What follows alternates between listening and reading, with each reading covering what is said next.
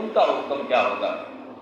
تو اس وجہ سے ہم سب کے لیے لمحہ فکریہ ہے کہ رب ذوالجلال سے ہم محبت کریں۔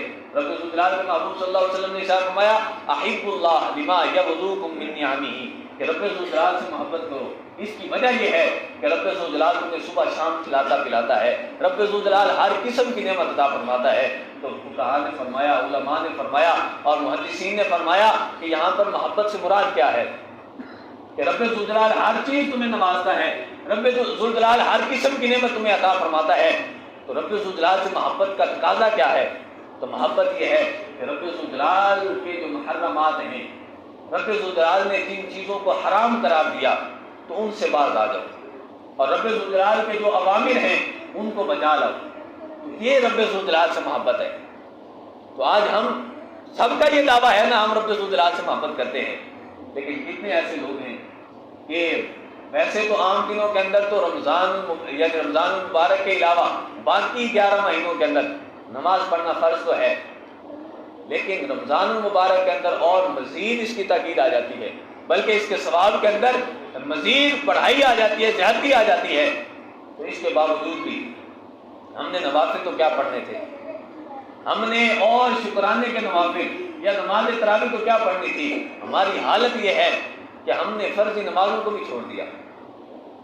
مؤذن کہتا تو ہے حی علی الصلاۃ حی علی الفلاح، لیکن ہم نے تو آج اذان کو سننا بھی چھوڑ دیا۔ تو پھر کیا عالم ہوگا؟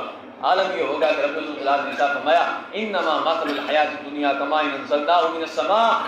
رب ذوالجلال ارشاد فرماتا ہے کہ جس زندگی کو تم اپنے لیے بڑا آرائش اور آسائش کا سامان جس زندگی کے لیے اکٹھا کر رہے ہو اور جس پر تمہیں بڑا ناز ہے، اس کی مثال یہ ہے کہ جس طرح رب ذوالجلال نے آسمان سے پانی برسایا ہو، آسمان سے پانی برسا اور اس کی وجہ سے کیا ہوا؟ زمین نے پھر مختلف قسم کے پھل دیے، زمین پھلی پھولی اور اس نے مختلف قسموں کی فصلیں اگائیں۔ تو فرمایا کیا ہوا؟ ہوا یہ کہ جب زمین پھل پھول گئی، زمین نے اپنی کھیتی کو مزید نچھاور کر دیا، لوگوں کے لیے مزین کر دیا، حتیٰ اذا اخذت الارض زخرفها وزینت، حتیٰ کہ جب کھیتی نے، زمین نے اپنی نمائش کو لے لیا اور مزید مزین ہو گئی، وظن اہلھا انہم قادرون علیہا، اور جو کھیتی والا تھا، جو زمین والا تھا، وہ یہ گمان کرنے لگا کہ ہم اس پر قادر ہو چکے ہیں، میں اس کو کل ہی کاٹ دوں گا۔ لیکن فرمایا کہ اتاھا امرنا لیلا او نہارا فجعلناها حصیدا کأن لم تغن بالامس۔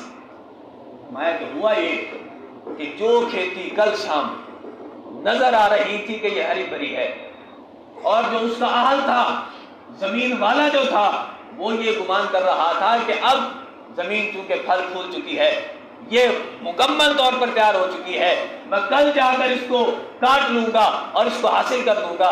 فرمایا کہ اتاھا امرنا لیلا او نہارا فجعلناها حصیدا کأن لم تغن بالامس۔ کیا ہوا کہ اچانک ہمارا حکم آیا، اچانک ہمارا امر آیا، دن کو آیا یا رات کو آیا، پھر کیا ہوا؟ ہم نے اسی زمین کو جو کل شام تک دیکھنے والے یہ گمان کر رہے تھے کہ کل اس کی کٹائی ہوگی اور کل اس کی جو نعمت ہے اور اس کا جو میوہ ہے یہ زمین والا گھر لے کر چلا جائے گا، لیکن فرمایا کہ فجعلناها حصیدا کأن لم تغن بالامس۔ ہم نے حکم بھیجا، اور حکم جب بھیجا تو ہوا یہ کہ اس کا نام و نشان ہی مٹا کر رکھ دیا، کأن لم تغن بالامس، گویا کہ وہ کل شام تھی ہی نہیں۔ یہ دنیا ہے اور یہ دنیا کی مثال ہے۔ تو لہذا ہم سب کے لیے لازم ہے کہ رب ذوالجلال نے ہمیں موقع عطا فرمایا ہے، رمضان المبارک یہ بخششوں کا، مغفرتوں کا رب ذوالجلال نے ہمیں سامان میسر کیا ہے، تو ہمارے لیے لازم ہے کہ رب ذوالجلال کے فرامین کو بجا لیں، محبوب عالم صلی اللہ علیہ وسلم کی جو اطاعت ہے، رب ذوالجلال سے جو محبت کے جو تقاضے ہیں ان کو پورا کریں۔ اور محبت کے تقاضے ایسے پورے نہیں ہوں گے کہ ہم خواہ اپنے آپ کو یہ کہتے رہیں ہم تو رب ذوالجلال کے بندے ہیں، رب ذوالجلال ہمیں نواز رہا ہے، رب ذوالجلال یقیناً نواز رہا ہے، لیکن کفار کو اس سے بھی زیادہ نواز رہا ہے۔ وجہ کیا ہے؟ وجہ یہ ہے کہ ان کو مہلت دی ہوئی ہے۔ تو آج اگر کوئی بندہ جس کو رب ذوالجلال نے ہر چیز عطا فرمائی، لیکن اس کے باوجود بھی وہ رب ذوالجلال کے